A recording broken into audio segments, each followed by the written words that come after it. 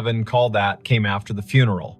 They folded the flag for him at the little brick church on Ellsworth Avenue, and the wind tried to take it twice before the honor guard's hands persuaded it to behave.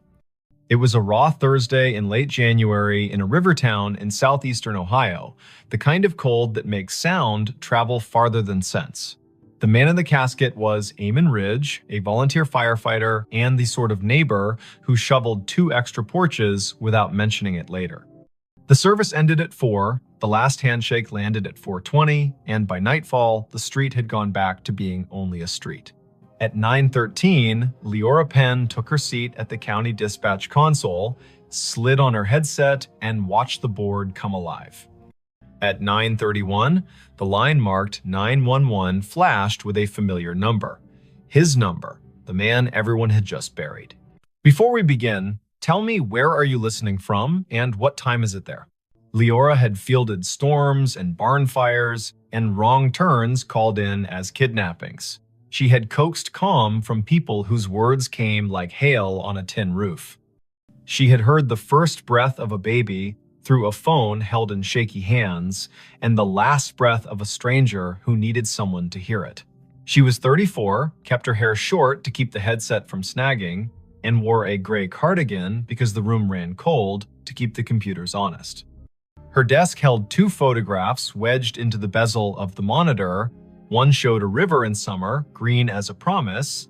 The other showed Eamon and his daughter Cass standing in front of the station engine with that look people get when duty gives them a reason to grin. The year was 2022.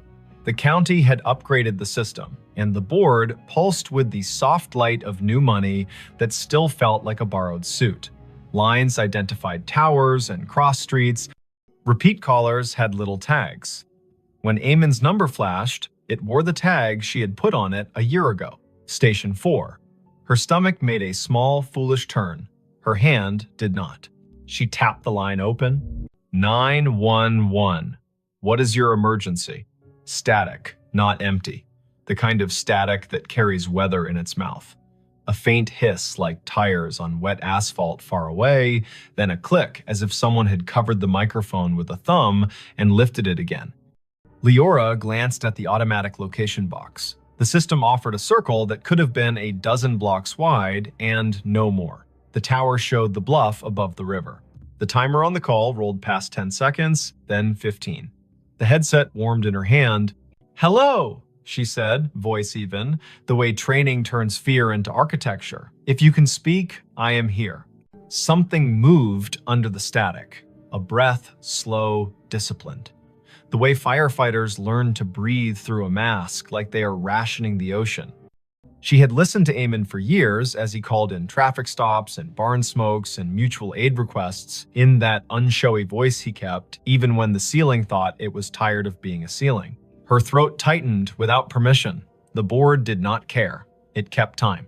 The night supervisor, Brandt, rolled his chair closer, not touching her cord. He was 50, part-time philosopher, full-time keeper of snack drawers. His eyebrows asked a question he did not give words to. Leora tapped a note onto the incident log with deliberate fingers. Caller number displays as decedent from earlier funeral. Open line. Faint audio. Possible misroute for memorial device. Possible spoof. Monitor. "Eamon," she said quietly, because sometimes names open doors the way keys do. "If you can hear me, give me any sound." The line breathed once more, then found a voice. Not bright, not ghostly, a man speaking like someone who had walked all day and only now remembered he could sit. It said one sentence, 3 words, patient, back door locked. Brandt's hand hovered over the radio mic. Leora nodded once. He paged Station 2 because Station 4 was morning, and Station 2 would show up with their coats half-buttoned and their hearts arranged like a team. He sent them to the Ridge home on Quint Street, the small white place with a porch swing that had never let a guest feel foolish for needing to sway a minute. Leora kept her voice on the line. "Back door, locked," she repeated, writing it, hearing it, feeling the way the sentence wanted to be a map. "Is someone inside?" Nothing answered at first. Then a second sentence, softer. "Cass asleep." Brant's fingers were already moving the way piano players do when the song makes them want to be faster than they are. Officers on the midnight swing shifted their routes without complaint. The medic crew out of town angled their rig toward Quince in case Grief had found a trick that needed medical names. Leora sent a quick text to the on-call clergy liaison because the county did not believe in letting families be alone with what they could not name. "Amen," she said, "steady. We're sending them. Stay with me if you can." The line hissed like rain on a steel roof, and then went quiet. Not the click of a hang-up, the kind of quiet a room makes when a story finally sits down. The call timer rolled to 1 minute 23 seconds, then stopped. Disconnected, the board told her, cheerful as a toy that believes its work noble. Brant opened his mouth and then closed it. He reached for his coffee and decided it was the wrong kind of night for coffee and reached for water instead. Leora sat very still for a moment and felt the way adrenaline stands up in your body and refuses to sit until you give it a task. She gave it the task of listening. The lines danced with ordinary need. A possum in a kitchen. A husband who had cut his hand on a jar. A neighbor who had heard a window break and then realized it was the television. Her hands did their work. Her ear held a room for the line that had gone quiet. Officer G. Park radioed in first. Voice crisp. Tires crunching on salt in the street. Unit 3-1. Quince Street. Back porch light on. Back door indeed locked. Copy request to knock. "Copy," Leora said, hearing her own voice make simple shapes. "Proceed." There are knocks that sound like questions and knocks that sound like the start of a fight. Officer Park knocked like a person who has played in a string quartet. Firm, meticulous, willing to wait between knocks. Leora heard the long, thin silence on the open radio channel that means everyone has decided to breathe in sync. A porch swing creaked, whether from wind or memory. Then Park again, softer. Visual on subject in living room. Teen. Asleep on couch. Television on mute. No visible distress. We are making entry. Park called the locksmith number taped to his visor, because there is always one, and he also called the small cheat that officers inherit, which is to lift the back door on its tired hinges when you turn the key the wrong way. The door opened, a floorboard confessed itself. Park moved through a small kitchen that smelled like heat and spice and thyme. He said, quiet as a blessing, "Cass, it's G, it's me." The girl woke with that rough sound grief makes when it has only just let go for half an hour at last. "Back door," Park said into his shoulder mic. "Locked, now secured." Subject breathing, oriented, tearful, says she fell asleep and forgot the back after the last aunt left. She says her dad would have said it. She says she heard him say it sometimes, even when he was alive, when she forgot. "I'm locking up, then staying here until her aunt returns." The call had been the little bridge a county makes when one house cannot manage all its doors alone. Leora typed. She logged, she breathed. She answered a call about a siren that would not stop on a fire alarm panel, which is a call that can ruin a night or return it to its usable shape. She told Brant she needed 30 seconds, stood up from her console, walked to the stainless sink by the break room door, and washed her hands as if she had been in a kitchen that required respect. At 10:48, the line lit again. Same number. The board did not know how to feel about that and chose its usual indifference. Leora took it. 911. A voice lives inside a headset after a while. The nerves learn routes, the body decides where to keep the sound. The phrase came through low and clear. Basement. Pilot light. She did not hesitate. She sent the fire crew already on Quince next door. She told Park. She told the aunt, who had come breathless from her own house 3 blocks away, that they were going down the cellar stairs for the little square of flame that keeps a winter from doing more harm than good. She heard Cass in the background say, without fright, he always listened to the furnace like it was trying to tell him a joke. Engine 3 called in. Pilot light out. Gas smell minimal. Windows open. Relit. Carbon monoxide monitor registers safe. A firefighter Rowe, who had once done stand-up for exactly 2 open mic nights, and then decided his comedy belonged in the bay with his coworkers, added gently, Whoever called this in has good ears. The board calmed, the town kept its little noises, the river told the ice what to do, and the ice obeyed or not. Leora's shift slid past midnight. At 1:19, she poured tea she did not want and drank it because warm things are a kind of law. At 1:40, an old man reported a woman knocking on his side door asking for a light, and she sent Park and his partner again, and it turned out to be a neighbor who had locked herself out, and they laughed about solutions and did not mention grief, so it would not be tempted to take that house too. At 2:19, when the dispatch room feels like a lighthouse that forgot whether the bay is wide or just an eager creek, the line lit a third time. Leora did not say amen out loud. She let the humanities teacher voice in her head that once told her names have heft say it for her. 911. This time the sentence was longer. Not elaborate, not difficult. The kind of sentence men say when they've spent their lives making tool lists. Check the pan on the back burner.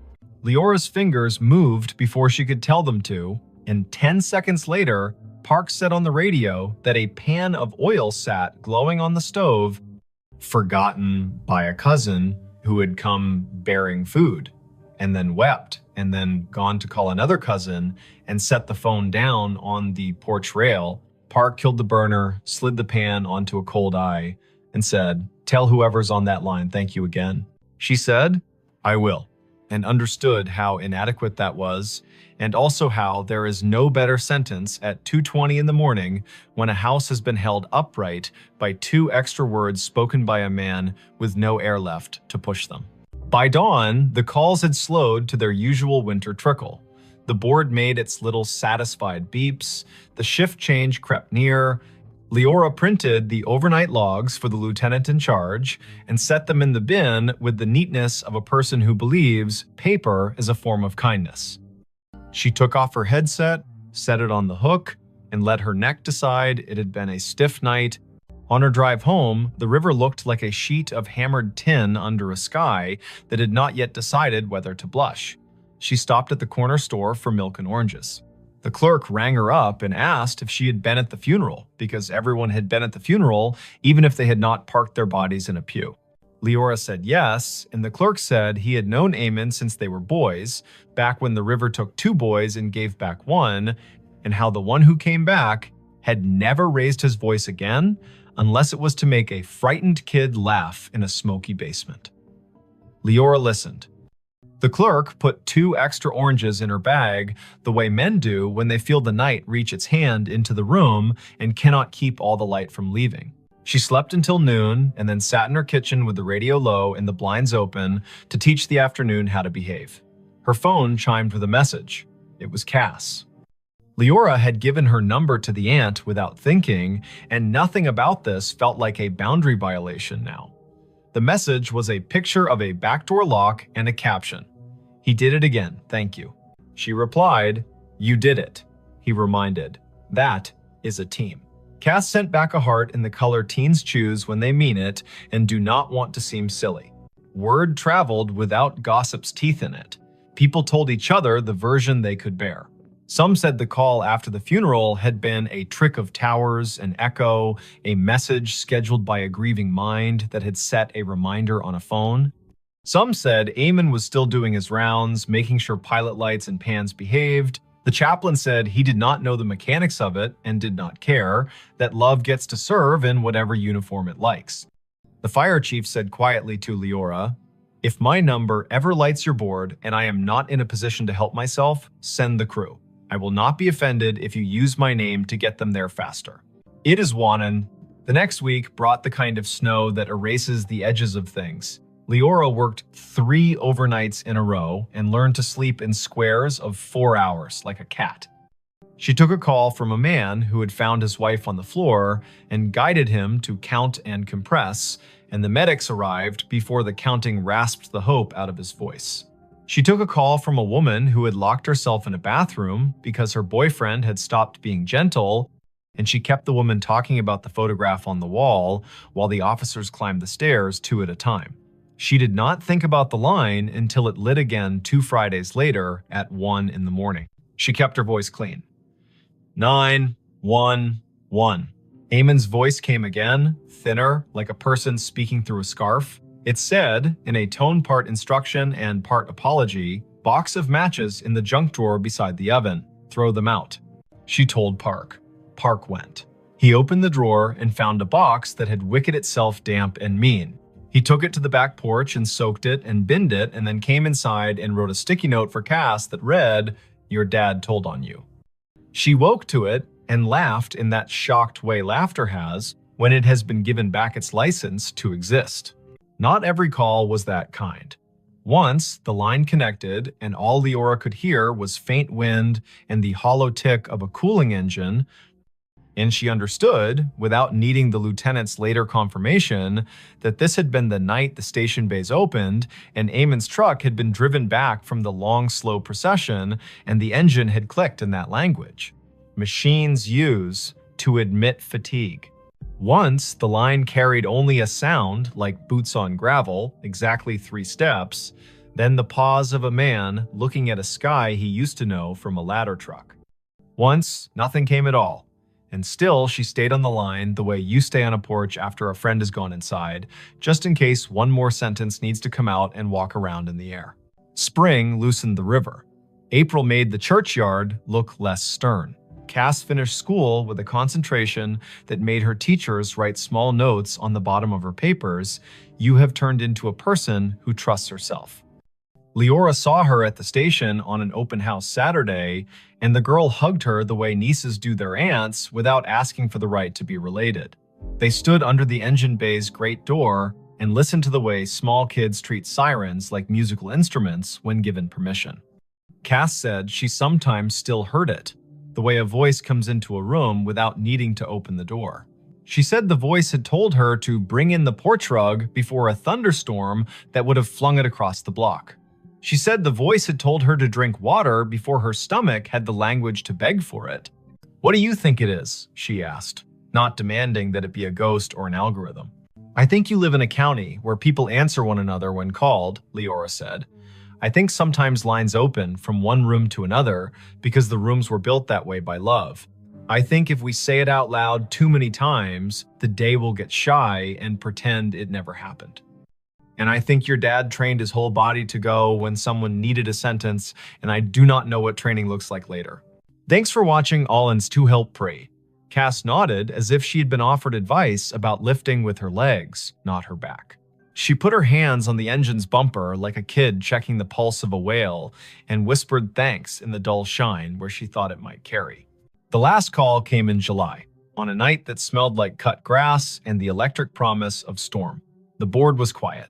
Brant had his feet crossed at the ankle, the way he did only after midnight when the county behaved. The line lit. Leora took it with the care of a person accepting a candle in wind. 911. There was no static. No breath, only a single word, perfectly ordinary, soaked in a patience she would remember until the last hour of her life. Enough. "Enough what?" she asked. Back straight, pencil ready. The word came again, a thought set gently on a table. Enough. Then a long exhale, the temperature of a day in which someone has put down a tool they are proud to have used and is ready to wash their hands. She typed the word. She did not send units. She did not mention it to Brant until the end of the hour, when she said it out loud the way you say a number twice to make sure you got it right. He nodded. He threw a cough drop to her like a baseball, and she caught it and laughed because bodies insist on living. There were no more calls after that. The system reassigned numbers as systems do. The board forgot how to glow with that tag. When Leora sat at her desk and the photographs leaned against the monitor made their steady witness, she still sometimes heard the faint tap of a firefighter's gloved hand on a doorframe, the universal signal for ready. She bought a small, heavy key hook for her own kitchen, put it by the back door, and never forgot again. She found that when she walked past the Ridge place on mornings when she needed to see the river before she could trust the day, she would look at the back door and feel not a haunting, not an ache, but the exact rectangular comfort of a thing that had been understood and done. If this kind of thing ever happens where you live, if a phone rings after a set of shoulders in town have lowered themselves to the work of grief, if a name appears on your console that your heart wants to call impossible, do what Leora did. Answer. Stand in the narrow bridge between rooms, ask short questions with soft edges, send help, write down exact words. The world is made of exact words and the work that follows them. Believe nobody and nothing too hard.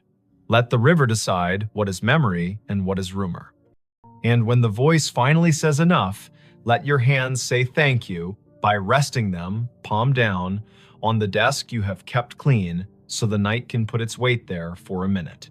And if you are sitting in your kitchen with a back door that gets forgetful, say the date out loud to bring the day to heal. Late January 2022. Early April 2022.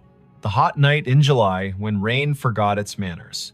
Say the town's name so it will remember it has one. Say Amen. Say Cass. Say Leora. Practice the sentence that saved a pan and a pilot light in a teenager who deserved a house that understood locks. Back door locked. Then lock it, then sleep. The county will keep its watch. The river will balance its own ledger. Somewhere, a dispatcher you will never meet will lay a pencil down on a pad with a line drawn through the last open box, a small, perfect check that means this part of the night is finished and the next part may begin. He found a staircase in the lake it still goes up.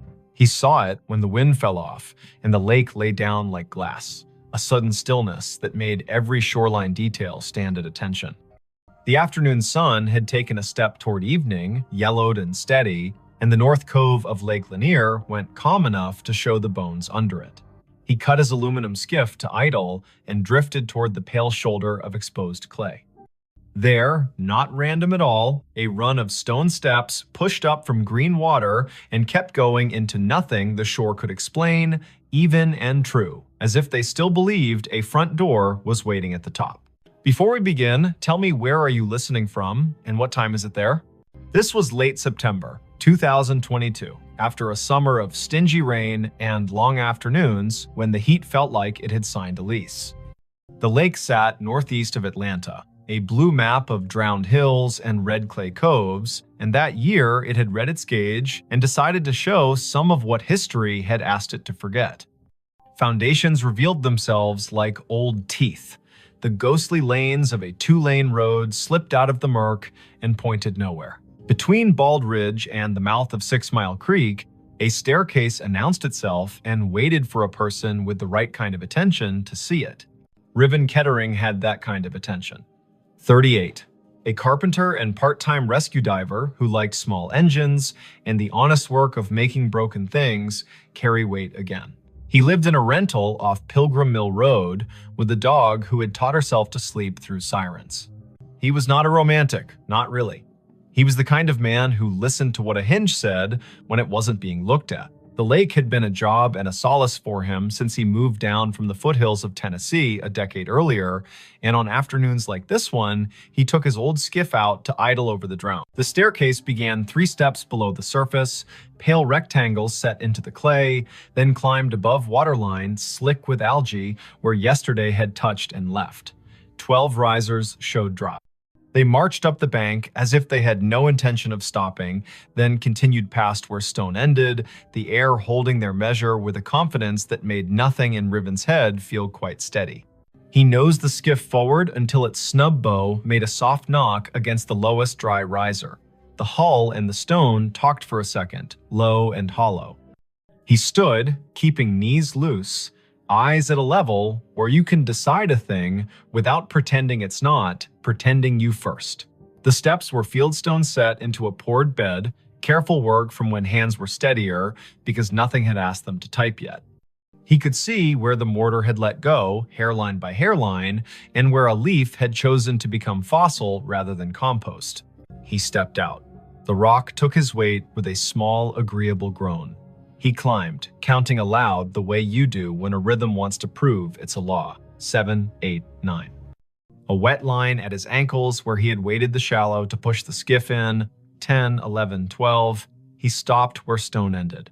The sidewalls rose one more course and then gave way to air. Ahead of him, nothing. Above him, more nothing.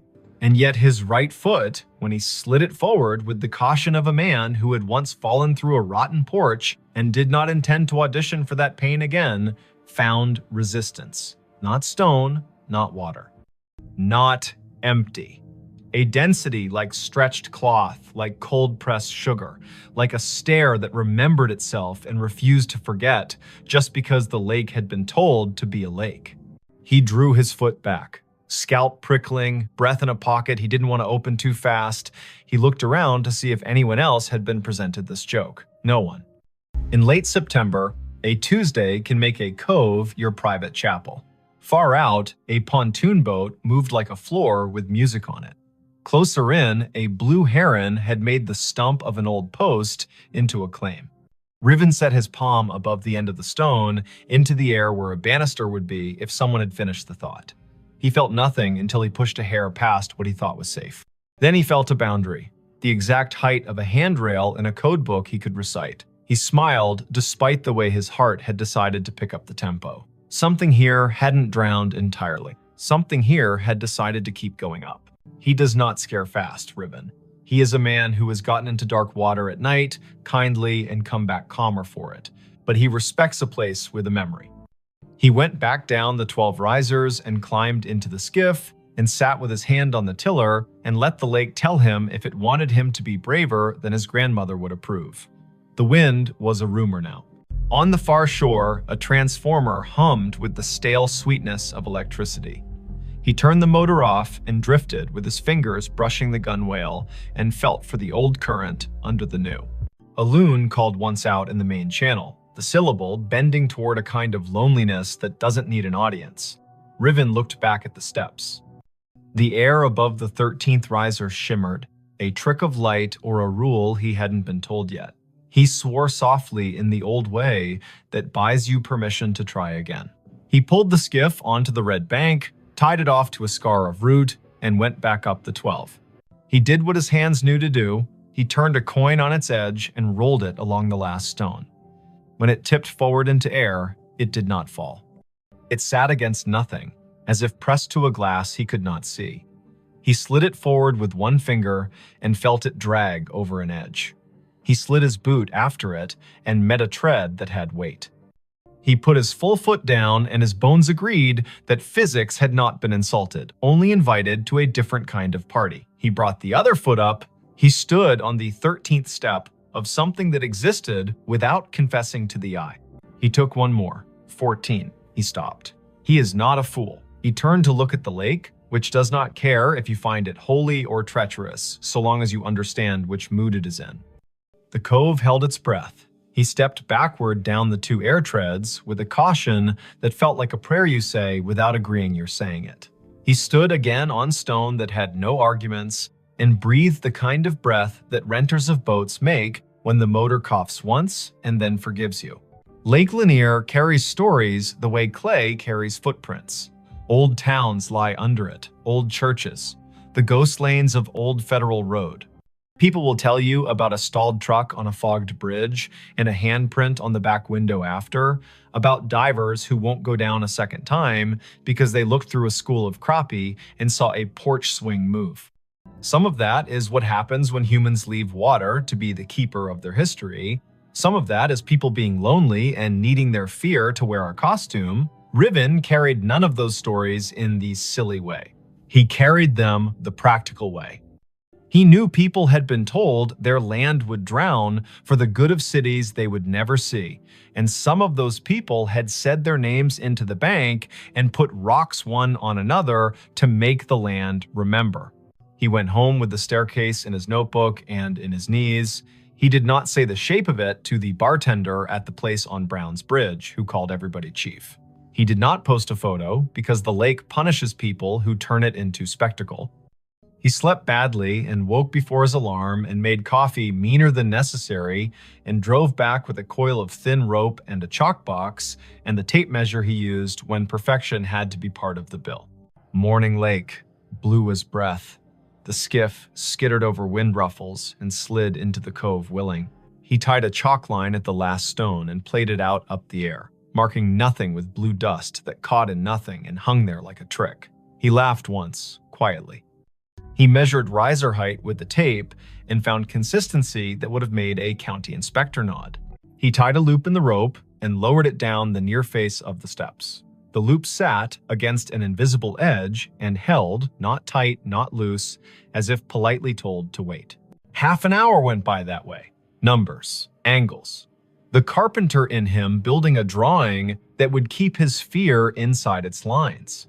When he finished, he sat with his back against the sidewall and let his head find the cool of stone that had learned shade.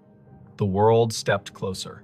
From somewhere he could not triangulate came a sound that reminded him of a bicycle bell rung just once. In politeness, he stood. The sound did not come again. He walked down the 12 and waited on the shoreline while the lake decided whether to ignore him or to grant him more. A woman called from the top of the red bank. Riven looked up. She was tall and rangy, mid-40s, wearing the kind of straw hat that makes a person look like they know how to move in weather. She carried a camera with a strap that had been repaired twice and a notebook bulging with the kind of paper that did not come out of printers. She introduced herself with a grin that answered questions he had not asked. Mara Clary. She ran a small outfit that mapped drowned towns and grave relocations for counties that cared to admit their forgetting. She had a copy of the Army Corps' old charts and a habit of showing up where the lake loaned the present to the past. "I've been told you've got steps," she said, "and that they keep going up." He wanted to ask who had been talking. He wanted not to have his name in a stranger's mouth. But she put her hand on the sidewall like a careful person says hello to an old horse, and the way her face took in what she saw made him feel less alone in his own seeing. He nodded. He told her his name and the number of air treads he'd let himself trust. She whistled low. "Lanier tells on itself every few years," she said. "Eyes on the shimmer above the 13th. But I haven't seen it do this. Fieldstone, that would have been a front walk probably. Or the stairs to a porch. You can tell from the way these aren't as steep as church steps. And there would have been a dog who slept halfway up until someone came home at supper." "Everyone says that about any porch," he said, smiling despite himself. "Only because it keeps being true," she said, and laughed like a sound the cove had missed. They measured together, she took photos, he held a stick out over the air risers and watched the end bounce against nothing. They left offerings the old way. He peeled the paper off a peppermint and set it on the third stone step. She untied a strip of blue cloth from her hat and tied it to the root that held his skiff's rope. The lake, if it acknowledged that at all, did not show it. She opened her notebook to a page where she had copied in neat letters the names and dates of households taken when the valley was flooded in the early 1960s. 2 farms had sat on this spur, the Sumter place, the Jory place. Sumter had 5 children and a clean way with fence lines. Jory was famous for a Sunday table and a sour temperament the rest of the week. The county had cut checks and called it a necessity. The stairs could have been either family's. But on the sidewall, low near the 5th riser, they found a mark cut into mortar with a nail or a stubborn penknife. A letter. "Jay, you think Jory," she said. "Or June," he said. "Or Josephine. Or a boy who didn't get to grow into his handwriting rights, their first initial into any stone that isn't busy." The lake made a small sound against the hull, a shrug. They came back the next day, and the next after that. In the afternoons, teenagers on rental jet skis came doing grammar the water did not admire. In the mornings, a heron watched like a magistrate. Once, a man in a bass boat cut his engine and drifted nearer and asked if the invisible was real or a trick. And when Riven told him the truth, he raised his cap and said, "Well then," and idled away because some facts want to be left alone to keep being facts. On the 5th day, just after noon, when the light loses some of its slant and the lake starts its long exhale toward evening, the air changed. Riven was on the 14th invisible tread, Mara 2 below on stone, the rope tied at his ankle as if that kind of thing would help. He felt a pressure move across his shin like a child's study of a newel post. The hair on his forearms declared a vote. He looked up. Above him, a faint dark line hung in the bright. A lintel, if you wanted to pretend to see one.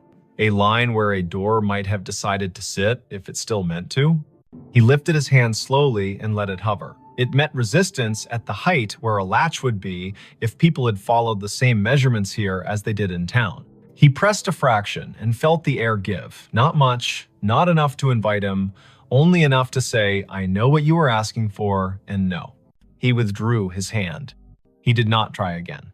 He went back down and sat on the 6th stone step and put his elbows on his knees and let his head go heavy in the way of a man who knows the difference between a closed door and an answer.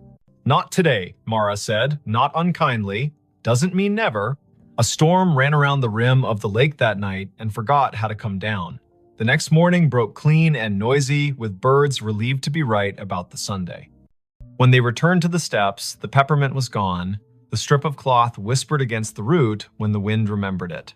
On the 4th stone riser, a line had been drawn in the red dust by a finger that had not belonged to wind. 4 short lines, 1 long. The way a person keeps track of days when they are doing a job no one else is counting, they looked at each other like people who have been included in a conversation without earning it. Mara wrote down the marks in that tidy, practical hand. Riven climbed to 14 again and did not press the air where the latch would be. He listened instead. It is an old trick. The more you don't demand to hear, the more willing a place is to say its piece. Somewhere above him, at the end of the invisible run, a sound came faint, almost an opinion. The scrape of a chair, foot against a wooden floor. Once, then a breath, remarkably ordinary, let out by someone who was done with a small effort and is pleased to have finished. He let his knees bend and went back down step by careful step. The county put out a notice, polite as a church lady, asking people not to climb anything that felt like absence. A man from the Corps came by with a clipboard and a caution that did not include humor and told them to rope the place from the bank. They tied a line and left it slack enough to be ignored by whatever needed to come and go. Mara logged coordinates and photographs and the exact color of the lichens on the sidewall. Riven made a drawing of the steps that showed the air ones the way you show trust, with dotted lines and a note that says, "As found." Word spread anyway. It always does when to leave a thing alone would be the more complicated form of love. A grandmother came and watched from the shade and told her granddaughter a story about the summer her brother rode a bike into a field that is now part of the lake and fell and did not cry, because corn leaves will cut you if you give them. An audience. A man in a Braves cap stood for a long time with his hands in the back pockets of his jeans and didn't tell anyone why his eyes kept the gloss they kept. A boy clapped once and apologized, and then asked if the staircase sounded like anything, and when Riven told him about the scrape and the breath, the boy looked toward the place where a door might be and whispered, "Thank you," like a student to a teacher who has handed out permission slips to freedom. On a Wednesday morning in early October, the lake rose 2 inches. The first stone step went green again. The 12th stayed dry. Riven set his palm to the sidewall as he had begun to do without design and said the names of the months out loud as if they were a key. Mara arrived late, hair in a bandana printed with little cranes, a thermos in one hand and a sheet of onion skin paper in the other, the thin kind that takes pencil and lets the stone's texture come up through. She rubbed the J, the nail-cut letter, and the tally marks. When she lifted the paper, the letter and the lines looked like a message written by someone whose words had to be rationed. She tucked the rubbing into her notebook with a care Riven recognized as kin to prayer. By noon, clouds built into a boast. Mara packed her camera because electric things deserve not to be insulted by weather.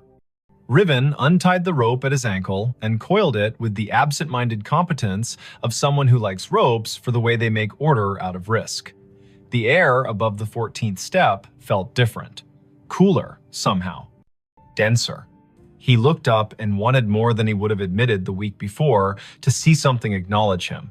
Not a face, not a figure, an idea. The lake refused. It kept to its rights. Before the storm broke, a small group arrived in silence.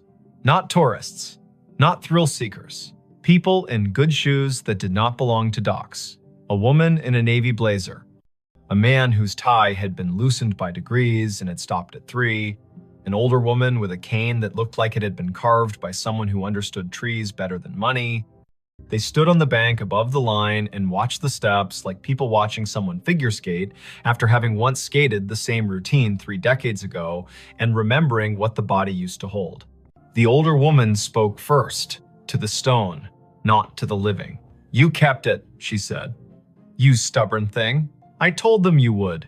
She introduced herself when Riven climbed down to the bank with his curiosity plainly showing. Ada Sumter Jory. Not a marriage, she was quick to clarify, but a habit of names borrowed and kept. Her father had been a Sumter, her mother a Jory by necessity and grievance.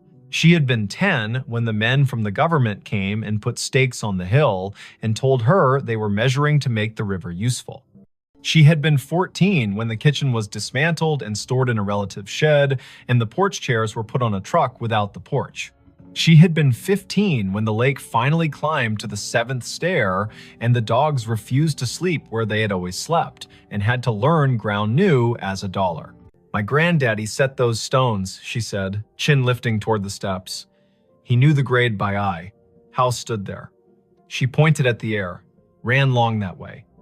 Kitchen at the back, where mornings were honest. Stairs to the sleeping rooms tucked in right of the door. He told me we build stairs for coming and going and for waiting. That last part is where the world gets the math wrong. She cleared her throat once, a small thing that meant a larger thing had moved through it. "My brother wrote his letter J in the mortar before it set," she said, and smiled fully for the first time. He was 5 and mad because he had not been allowed to carry a stone and needed to have done something the porch would remember. They watched the lake together as it considered which forenoon belonged to which afternoon. Mara showed Ada the rubbing, and Ada put her palm on the paper like a hand over a baby's sleeping flank. "He stayed mean," she said of Jory, but without any real heat. But he loved that stair. Sat halfway up when he had nothing to do and the weather had nothing to argue about. Played that little bell you keep hearing because he liked the neatness of a sound that stops when you take your finger off it. The storm arrived, they covered what needed covering, the skiff rocked and complained, and then remembered it had been in worse moods and calmed. The rain washed the red dust off the risers and gave them back their gray. The air cooled like a head turning on a pillow to the comfortable side. Ada walked down to the second step and touched it like the forehead of a child with a fever breaking. "Enough," she said to the rain, to the year, to the air that had learned to hold treads. In the weeks that followed, the staircase did what durable things do when they decide to belong to more than one story. It kept being itself. The lake rose and smudged the lower steps and then pulled back like a long breath returned. Riven kept coming because he had begun to like the feeling of leaving a place better than he found it by doing nothing but listening the way a well-made chair listens when a tired person sits. Mara wrote a piece for the County Historical Society that began with the sentence, "There are places we drown and places that refuse." Ada came twice more and told the stair her brother's best and worst. And once, on a bright Sunday, when the buzz of outboards sounded like cicadas pretending to be important, she brought a tin of biscuits and left one on the 3rd step because her mother would have called it manners. On a morning in November, the air thin and brisk, frost like pale sugar on shaded clay, Riven came alone. The lake had taken back an inch, the first 2 steps glowed green. He stood at the foot and waited the way you learn to wait when you've been given more than you asked and are smart enough not to get greedy. The wind came off the water and put its fingers through his hair with a familiarity he hadn't earned. Above the 14th tread, the line where a lintel would be shivered and then settled. He put his hand out at the height of a latch and did not press. "Thank you," he said to nothing and to something. He went home and made lunch and fixed a neighbor's sagging cabinet and walked his dog in the long honey of 4 o'clock. He slept that night without the lake climbing the stairs of his thoughts. He dreamed he was sanding a handrail he could not see and woke with the particular ache in his forearm that tells a man he did a good day's work in the world that matters and the one that does not need him but lets him in anyway. If you go out to Lake Lanier on a fall day after a long dry, when the wind has the courtesy to lie down and let the surface polish itself, you can find the cove if you know who to ask and you promise out loud not to bring a ladder. The staircase will be there, stepping up from water into air with the patience of a body that has learned not to argue with time. You can put your boot on the 12th stone and your breath on your rib cage and decide if you will push your foot forward into the space where the 13th waits. If you do, it will hold. Not because wonder owes you, but because someone set a measure here with care, and because sometimes the world keeps an old promise in a new element. Say the year out loud when you find it. 2022. Say the place by its names, Lanier and the valley it drowned. Say the people if you know them, Sumter, Jory. Say the letter on the wall, J. Say the noise a bicycle bell makes when a brother likes attention and the porch has all afternoon. If you leave something, make it small, a ribbon, a peppermint, a finger laid gently in dust to make a line that will blow away with the next weather. Walk back down, let your knees do what they were built to do. Put your hand on the sidewall the way you would on a friend's shoulder when leaving them on their own porch in the dark to listen to the crickets. The staircase will keep going up whether or not your eyes can follow it. It will keep its measure in the air.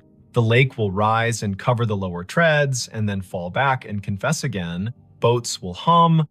Herons will judge. A woman in a straw hat will rub letters onto paper, and a man with a dog who sleeps through sirens will coil rope and listen. And somewhere under the calm skin of the cove, where red clay holds onto everything it can hold, a front door you cannot see will stay shut and not unkindly, practicing the hardest kind of hospitality there is, offering you a way to ascend and a way to wait, and trusting you to know which one belongs to you today. Her phone pinged at a grave with her name. The notification bloomed on her screen the moment her shoes left the gravel and slid onto the soft path between moss-dark stones. A small bell chime, bright as glass. A banner at the top. You have arrived, Eden E. Hale.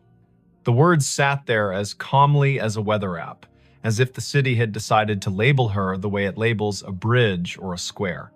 The place was Bonaventure Cemetery in Savannah, Georgia. Spanish moss hung in long, steady sentences from the live oaks. The river kept its secrets behind the bluff and breathed like a sleeping room. It was late afternoon on a Sunday in early November, the air cool enough to make her wish for sleeves and warm enough to forgive her for forgetting them.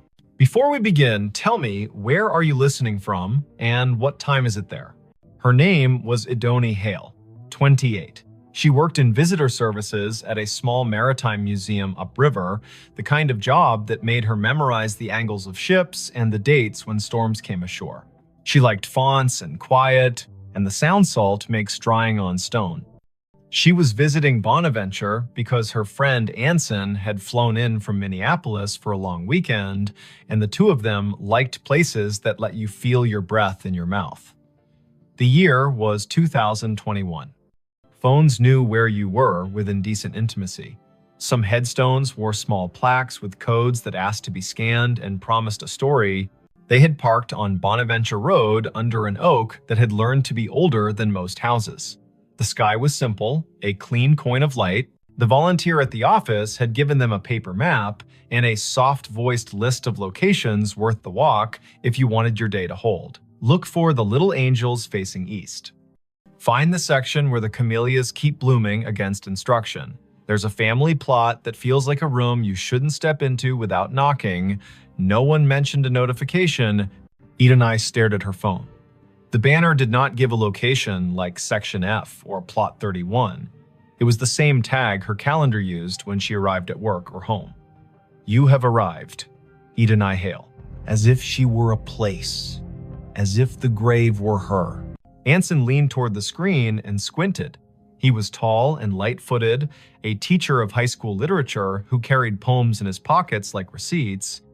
He read the banner and then her face and made a small arranging motion with his hands, the way he does when he wants to place humor where fright is trying to sit. That's a bug, he said, not unkindly. Or a geofence you made and forgot. Did you tell your phone to remind you to be yourself today? She clicked the banner to see where the phone thought she belonged. A map opened, a blue dot pulsed with the steady patience of a small heartbeat. A gray pin sat 100 feet east in a section labeled McAllister. The pop-up bubble above the pin read Idany Hale in the same unsentimental font. She did not have a virtual contact called a cemetery. She had not created a reminder to arrive at her own name. The phone had decided the path curled between stones with dates that made you speak them out loud, because numbers are easier to hold when they come through the mouth. 1873, 1920, 2009. The Oaks leaned as if sold on the idea that the living need rehearsal space. Anson spoke a tour fact about a poet who loved this place and whose plaque visitors touch in a small, quick superstition. Idony nodded because liking facts is a way of staying steady. Her pocket shook again. Another chime, the same banner. You have arrived. Idany Hale. She breathed the way the yoga teacher on the internet tells you to. In through a count of 4, hold for 4, out for 6. They followed the path east until the bluff opened its shoulder and let the wind test their sleeves. The section ahead was a little higher, a little more sure of itself. A plot enclosed by low stone, dressed in ivy, sat beneath a live oak that looked like a table that had decided to grow legs. In the center stood a headstone gray as rain, taller than Idony's shoulder. The name at the top held Idany Hale. She stopped. You might have stopped too. Her name was not common. Her mother had found it in a book of Old English names and liked the way it sounded like a promise made under a tree. She had never met another Idany. To see the letters in this order on stone felt like stepping into a movie where you have lines you did not audition for. Anson's hand found her elbow without a show of it. He had the sense not to say, wow, or are you kidding? He stood with her and let the river finish a sentence neither of them had started. The dates carved below the name were the first clean relief, 1974 to 2014, not hers. A woman 2 decades older, gone 7 years now. Under the dates, a line that read as Keeper of the Keys. The stone carried a small oval of glazed photo, a face with hair tucked back, eyes steady, a glint of a keyring at the edge of the frame. The oval was rubbed to a shine from fingers, the way love polishes small things while refusing to say it is love. On the right-hand corner of the stone, someone had bolted one of the new plaques with its little square of patterns. Scan to learn more. People who love story cannot resist a square that holds one. Idany lifted her phone and let the camera see. A link opened without asking for anything. A page built by a memorial service company bloomed. At the top, the name again. Below, a small biography. A life lived with habits, upright and kind. A childhood in Chatham County. A long run as cemetery sexton. The last line read in a voice that felt like a woman sitting on a step with a mug and a warning and a grin. If you need something, tell the ground. It will tell me. While she read, the phone hummed again. Not a banner this time. A little circle pulsing at the top of the screen, the way maps announce a place with enthusiasm. The circle flashed once, then settled. Idany swiped down to see the source, a calendar reminder with no category. White, titled simply, Arrived. Location, here. She had not written that. The phone, perhaps, had decided the day needed a label, or the small plaque had more to it than the page admitted. Anson said the woman in the photo had librarian eyes. He meant that as a compliment. He pointed at the keyring. He said his grandmother had been a keeper of the keys at a church in North Dakota, and those women know where every grief sits at every hour, the way a night janitor knows which chairs spit gum and which ones sigh. They stood a while. People walked past in respectful silence, guided by a docent's voice that held just enough theater to keep 15 people from wandering into their own daydreams. Spanish moss moved like thought repeating itself. A flake of light rose off the river and fell back as if it had changed its mind about being air. It would have been a good story already finding your own name on stone, a phone that had the audacity to tell you you had arrived, but something else decided to be true. A little tone sounded from the phone, the way sounds do when an app you forgot you had decides to help. It was the noise her AirDrop made when someone nearby wanted to share a photo at inopportune moments. The screen shifted to a dialogue. A file offered to send itself to her. The sender name was a string of letters and numbers that meant nothing. The file name read Keys. Anson leaned in and made his face calm. "Decline," he said gently, "because strangers in public places with quick hands make tricks, and both of them work in museums and have seen every version of the human habit of testing boundaries." She hovered. Decline would be wise. Accept would be a dare. She pressed accept because sometimes you let stories finish what they start. The file downloaded. It was not a photo, it was an audio file, a minute 42 in length. The waveform showed it wasn't silence. She tilted the phone toward her own ear instead of speaker because you don't open a voice in a cemetery loud unless the voice has earned the right. Static first, then the sound of wind combing something thin, then a woman's voice, the age of a woman, who tells tools where they belong and expects cooperation. The voice said, "Dry as a towel and warm as a summer kitchen. If you are standing over me, child, and your name is mine, you can help me keep my promises. Put your phone on the stone and leave it be a minute. It will tell you where to stand next." Anson's eyebrows did a small jazz riff and then tried to behave. "Okay," he said softly, a word that meant, "I am here and I am not going to ruin this with cleverness." Ideni set the phone on the flat top of the headstone the way the voice had instructed. The screen slid into its lock. Her reflection replaced her. The oval photo looked past her shoulder the way old photos always do. She counted in her head as a way to keep the childish fear of being tricked from standing up and knocking the ritual with its elbow. 50, 60, 78. The phone buzzed once, she lifted it. The map opened of its own accord. The blue dot had moved nothing. The gray pin had changed. It labeled another grave 30 yards north with a name neither of them had seen on the paper map. Rosin Hale. A second name. Another Hale. The first name was Welsh and not common here. They went because the day had asked enough times to be answered polite. The second stone stood lower, more modest. The granite, a color you could never find on purpose if you looked in a catalog. The dates were older, 1931 to 1999. The epitaph read, "She kept the gate lighted," and under that, in smaller letters, so faint you could only see them when the cloud put its hand over the sun, a line, Rosine was born. Rosine Idris. She married into Hale and stayed. Tell my niece if she comes through here that I see her when I count keys. I am not anybody's niece, Ideni said aloud, and then took a breath because she heard the defensiveness squirreled underneath. I mean, not hers. You might be more people's niece than you know, Anson said gently, a man who had grown up with uncles who weren't uncles and yet were more family than the kind that wears your face. They stood while the wind added a signature to the bottom of the page of the day. The river put its shoulder against the bank and leaned. The phone did not ping again for a while. A cardinal went from one branch to another with the purposeful speed of a person who knows where the parts are stored. A group of teenagers trailed an auntie through the lanes, popping gum in a respectful way, which is a regional miracle. Ideni looked up Rosin on the cemetery's database because when your heart gets odd, facts make a braid to hold on to. The database was one of those volunteer-built websites that carry the tone of a potluck where everyone brings a dish so exact it shames you for choosing salad. Rosin's entry was thorough. Born Rhonda Valley, came across with parents as a child, settled in Chatham County, married one Mr. Hale, worked checklist after checklist for the electrical union office, sang alto in church with the patience of an anvil, survived by no children, preceded by older brothers, all gone. Niece mentioned in an obituary in 1999 with no name given.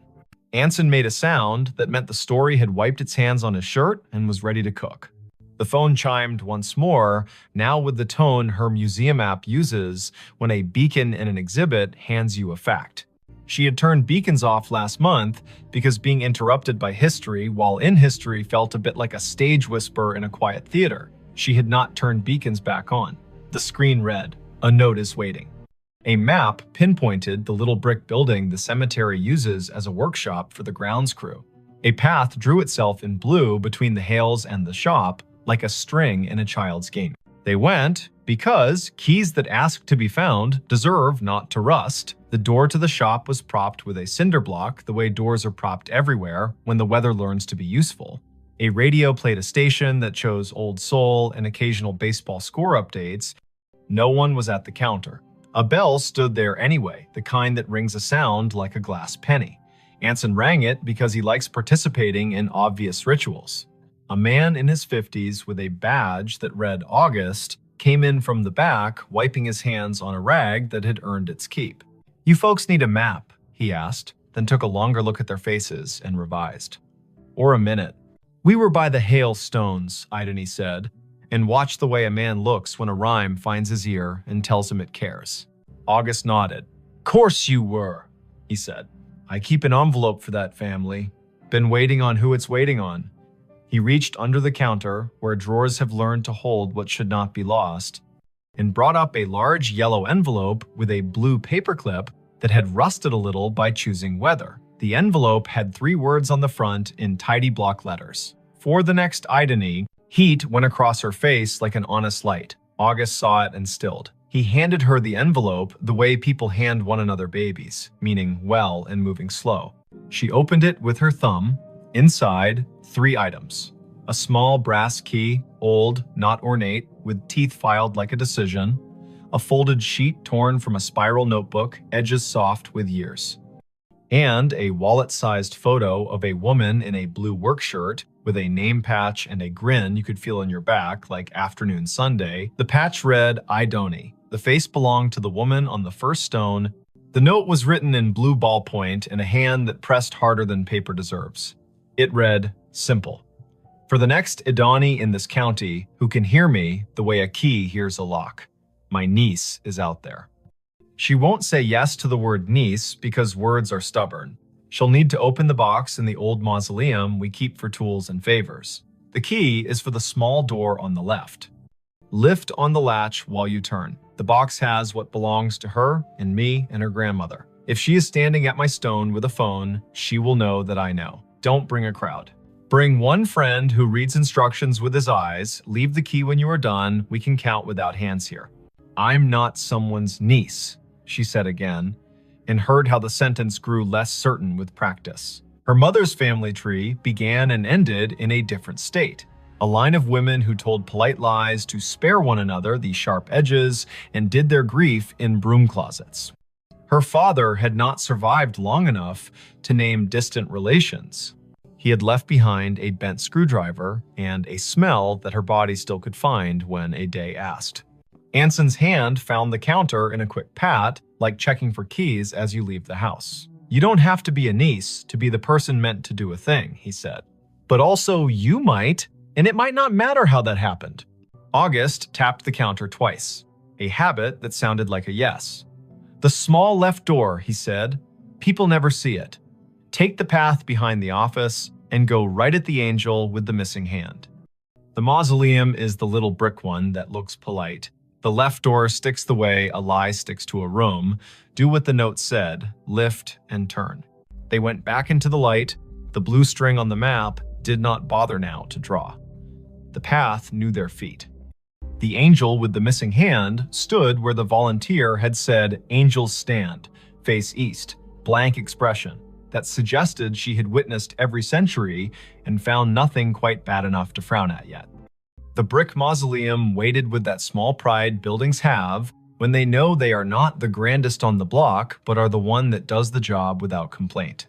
The left door looked like a panel added later. The brass latch had the smoothness that comes of being touched by people who mean to get work done. Idony slid the key in, the teeth caught, and then thought better of it. She lifted the latch with her other hand and turned. The lock gave. The door opened 6 inches and stopped, ticked by a wooden wedge that had been insinuated at the bottom by someone who had not wanted